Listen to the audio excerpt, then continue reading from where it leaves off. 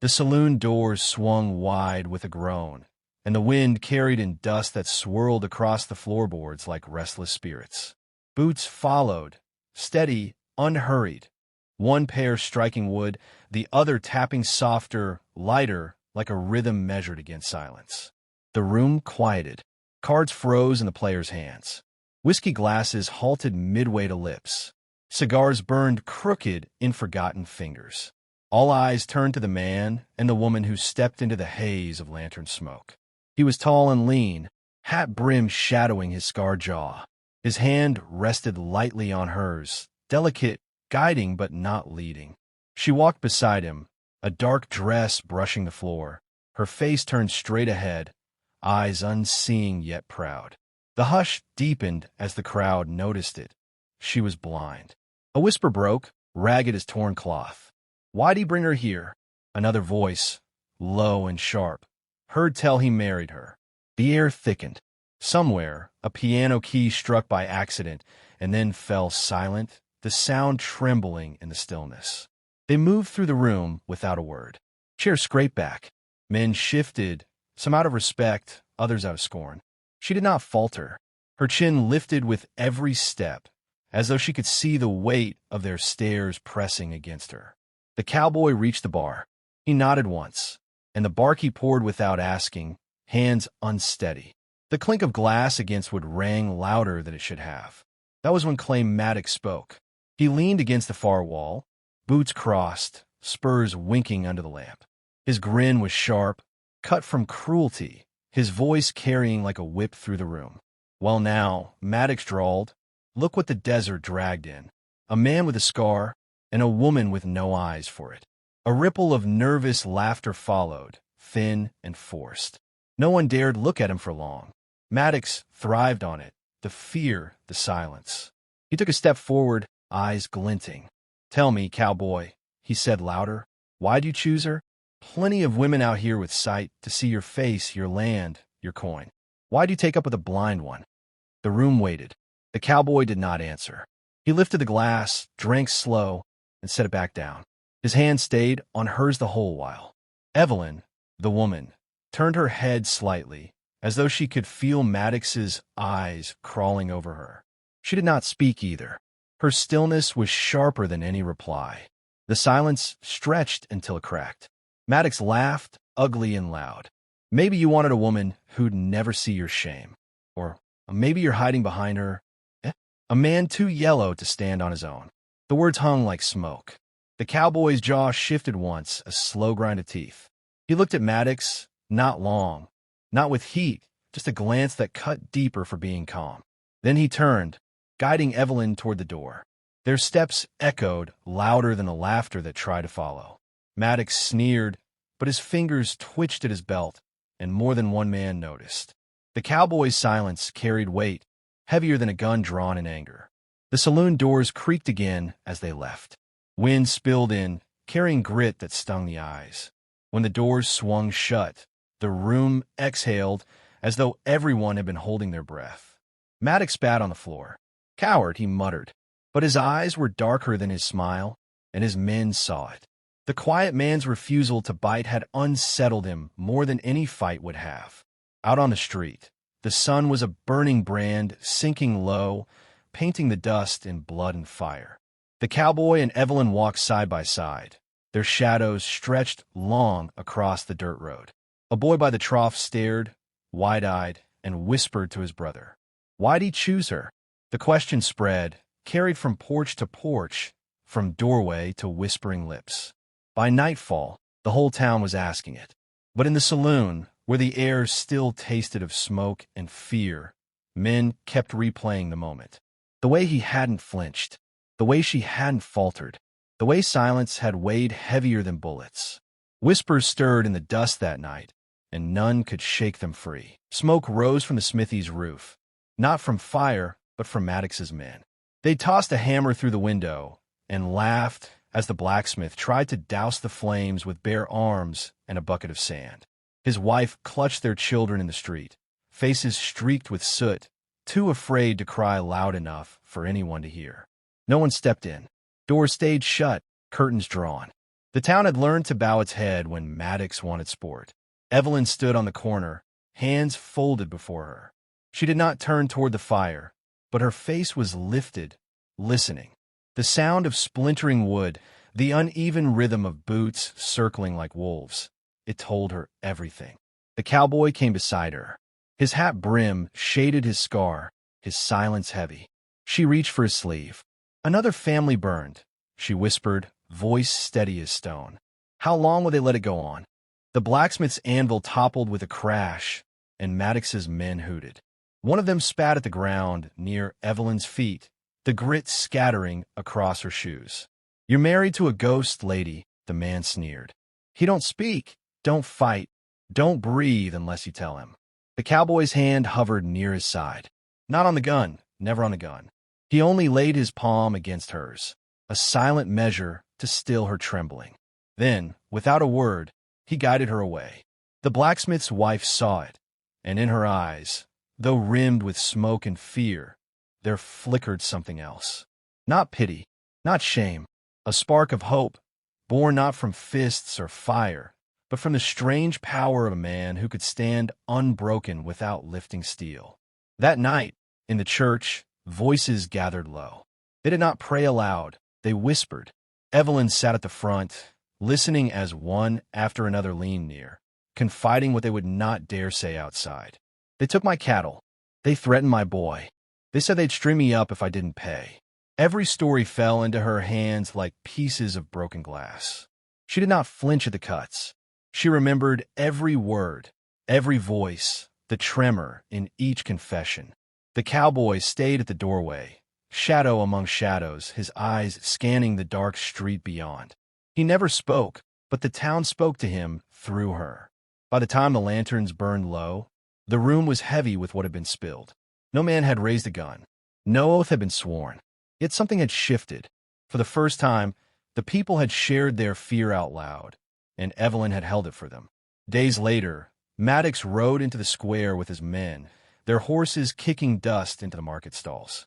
He dismounted before Evelyn, who was standing by the well with a basket of bread she could not see but carried as if she could. "Well, if it ain't the blind queen of this dusty kingdom," Maddox sneered. His laughter split the air. "Tell me, sweetheart, what use are you to a man who can't even show his face without your hand to guide him?" The townsfolk froze. Some lowered their eyes, ashamed of their stillness. Evelyn's head tilted, her face calm, her voice like water against stone. "A man without sight can still see injustice," she said. "The question is, will you?" Maddox's grin faltered just a flicker. He recovered with a bark of laughter, but the words had lodged in the crowd. Men and women shifted, some lifting their chins, some pressing lips tight. The cowboy stepped forward then, slow, unhurried. He said nothing. His presence alone was a weight that bent the moment. Maddox's fingers twitched near his belt, but he did not draw. Instead, he spat near the cowboy's boots. "Hiding behind her skirts, are you? I'll say it plain. Why'd you choose her, a blind woman?" The cowboy's gaze lifted, calm as the desert sky. His voice came at last, low but sharp enough to cut through every whisper. "Because she sees more than any of you ever will." The words cracked the silence. Maddox laughed again, but too loud, too brittle. He mounted his horse with a sneer and rode out, dust curling in his wake. His men followed, though more than one looked back at the couple who stood together, unbroken. The crowd lingered. Not one spoke, but in their silence something stirred, an unspoken recognition, a weight shared. When the night fell again, the story spread further. Mothers told it while rocking children. Men told it in hushed tones over weak coffee. The sheriff heard it, too, though he locked his door and poured another drink rather than face it. By the next morning, the question was no longer, why'd he marry her? The question had become, what happens when silence ends? And in every corner, in every whispered telling, Maddox's name grew darker, while the blind woman's words grew sharp as steel. Flames licked skyward from the Miller Ranch, black smoke rolling over the canyon rim like a storm. The crack of timber beams, collapsing, echoed through the valley. Maddox's men sat their horses on the ridge, faces lit orange by the fire they'd set, laughter carrying downwind like coyotes at night. Below, families stood helpless in the dust, their silhouettes thrown against the blaze. Children clung to mothers. Men clenched fists but kept them at their sides, too beaten down by years of fear. Evelyn stood among them, her dark dress snapping in the dry wind, ash settling in her hair. Her face tilted upward, listening to the roar of fire, the cruel amusement above. She did not weep. The cowboy was beside her, silent as always. The fire reflected in his eyes, but his hands stayed at his sides, one resting against the leather of his holster, though no weapon stirred from it. A voice broke from the ridge. Maddox's, sharp as steel dragged across stone. "Let this be the lesson," he shouted, his words bouncing off canyon walls. "Any who stand with the blind witch and her ghost of a husband will burn the same." His men hooped and hollered. Sparks scattered skyward, falling like stars into the dry grass. A murmur ran through the townsfolk, fear and despair twisting tight. Yet some eyes turned not to Maddox, but to the blind woman who stood unmoved while the world burned. Later, when the fire had eaten all it could, the people gathered in hushed clusters. No house left for the Millers. No law to stop the hand that struck them down. But in the small church where walls still stood, voices whispered again, this time louder, more urgent. "The sheriff won't lift a finger. Maddox owns half the town. He'll burn us all if we don't bend." And then, softer, almost shameful, "What about him?" Eyes turned to the cowboy in the corner. He leaned against the wall, hat brim low, Evelyn's hand resting lightly against his arm. He did not answer, not to them, not to the unspoken plea. Whispers carried. He used to be a gunfighter. No, he was Army. Sniper in the war, never missed. You're all wrong. He wore a badge once. A lawman who killed more than he saved.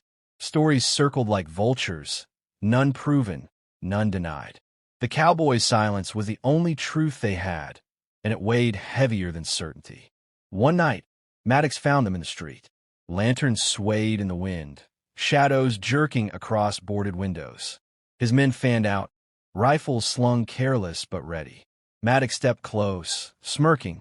His breath stank of whiskey, but his eyes were sharp. "You're running out of silence, cowboy," he said. "Either you face me, or I take her. This town don't belong to you, don't belong to her words. It belongs to me." The cowboy said nothing. Evelyn lifted her face toward Maddox's voice. Her own was calm, though it trembled just enough for him to hear. "You don't own a town," she said. "You only own its fear." The crowd that had gathered stiffened. Maddox's jaw tightened, a crack in his grin. He raised his hand and struck her across the face. The sound rang sharper than a gunshot. The cowboy caught her as she staggered, his arms steady, holding her upright. His eyes lifted then, and for the first time the calm was gone. A heat burned there, old and dangerous, something he had kept buried beneath dust and silence. Evelyn touched his arm, her words quiet, meant only for him.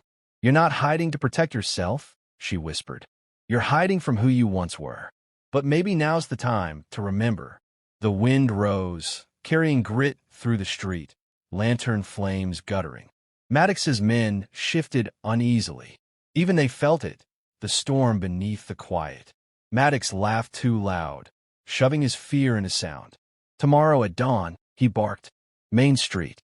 Bring your gun, if you still remember how to use it." He turned, spurs striking sparks from the boards, and his men followed him into the dark. The cowboy stood unmoving, Evelyn's hand still against his arm. The townsfolk stared. None dared speak, but in every face was the same thought. Dawn would bring blood. All night the wind raged through the canyon. Shutters banged loose, dust swept through alleys, and the church bell groaned though no rope pulled it. Men sat awake, rifles across their knees. Women hushed their children with promises they did not believe. And in the small house at the edge of town, Evelyn and the cowboy sat together in silence. She pressed a cloth to the bruise rising on her cheek. He sat in the shadows, eyes fixed on the gun lying across the table, untouched for years. Neither spoke, but the silence was no longer empty. It was the silence before thunder breaks. When dawn came, The canyon wind carried dust thick as smoke, and every man, woman, and child knew this day would carve itself into memory forever. Boots scraped against the boards, heavy, impatient. Maddox and his men lined the street, rifles slung, revolvers loose in holsters. Horses snorted in the dust, stamping as the wind whipped grit between shuttered buildings. The townsfolk pressed behind windows and door frames, eyes peering through cracks, breath held tight. The street was bare. No lawman stood, no preacher, no one but Maddox and his gang. And then, footsteps, slow, steady, ringing against the wood like a tolling bell. The cowboy walked out from the far end of town, hat low, coat brushing his boots. At his side, Evelyn's hand rested lightly on his arm. Her steps were measured, unhurried, as if the eyes of the whole town and the guns pointed their way were nothing at all. They stopped in the middle of the street. Dust swirled around them, clinging to her dress, settling on his shoulders. Silence pressed so hard that even the wind seemed to pause. Maddox grinned, lips peeled back like a wolf's. "Finally," he called. "The mute decides to show, but I don't see a gun in your hand." The cowboy's eyes lifted. He stood still. Evelyn's face turned toward Maddox, her expression calm, unflinching. "Last chance," Maddox sneered. "Why'd you choose her? A blind woman? Tell it before you die, so the rest of US can laugh." The town held its breath. The cowboy spoke. His voice was low, steady, yet it carried through every shutter, every doorway. "I've killed for pride," he said. "Killed for gold. Killed for vengeance. I've left more men in the dirt than most can count." Maddox's smile twitched. His men shifted uneasily, glancing at one another. The cowboy went on. "I swore never to touch iron again.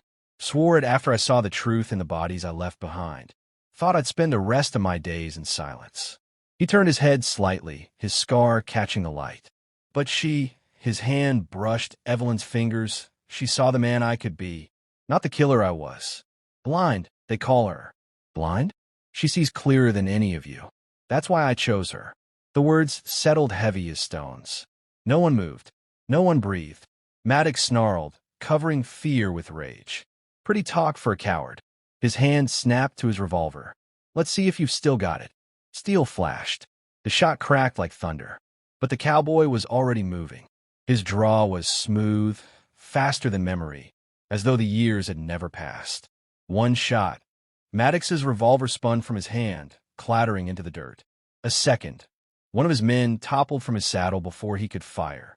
A third. The sound echoed, and another went down, rifles slipping from numb fingers. The street exploded in chaos. Gunfire ripped, smoke poured, the crack and roar deafening. But through it all the cowboy moved like a man dancing to an old rhythm, each step sure, each shot placed with cold precision. Maddox's gang fell in the dirt one by one, their cries swallowed by the storm of dust and thunder. Then silence. Smoke curled above the street. Spent shells glinted in the dust. Maddox lay on his knees, clutching his empty hand, his face pale, sweat streaking through the grime. His men lay scattered, groaning or still. The cowboy stood over him, revolver steady, eyes hard. "Kill me, then," Maddox spat. His voice cracked, stripped of its power. "Go on. Prove you're still the butcher they whisper about." For a long moment, no one breathed. Then Evelyn spoke. Her voice cut the air like a blade, calm and sharp. "A man blind in heart is worse than a woman blind in sight." The cowboy's gun lowered. His shadow stretched long across the dirt as he turned away, guiding Evelyn with him. Maddox stared up at their backs, broken, small in the dust. No one moved to help him. No one looked at him. The town silence was heavier than chains. As the couple walked away, shutters creaked open. Men stepped out, women followed, children peered wide-eyed. They had seen it with their own eyes. The end of fear, the birth of something new. By dusk, whispers had begun again, but different now. Not cruel, not mocking, reverent. They spoke of the blind woman who had stood tall when others bowed. Of the cowboy who answered not with words, but with the truth that silence could not hide forever. Years later, the tale would still be told around fires and in quiet corners of saloons. Folks would lean close, children wide-eyed, as the old storyteller's voice rasped the same question. Why did he choose her, a blind woman? And the answer, carried down through generations, always fell the same. Because she was the only one who ever truly saw him. And that, friends, is why the cowboy's answer silenced them all.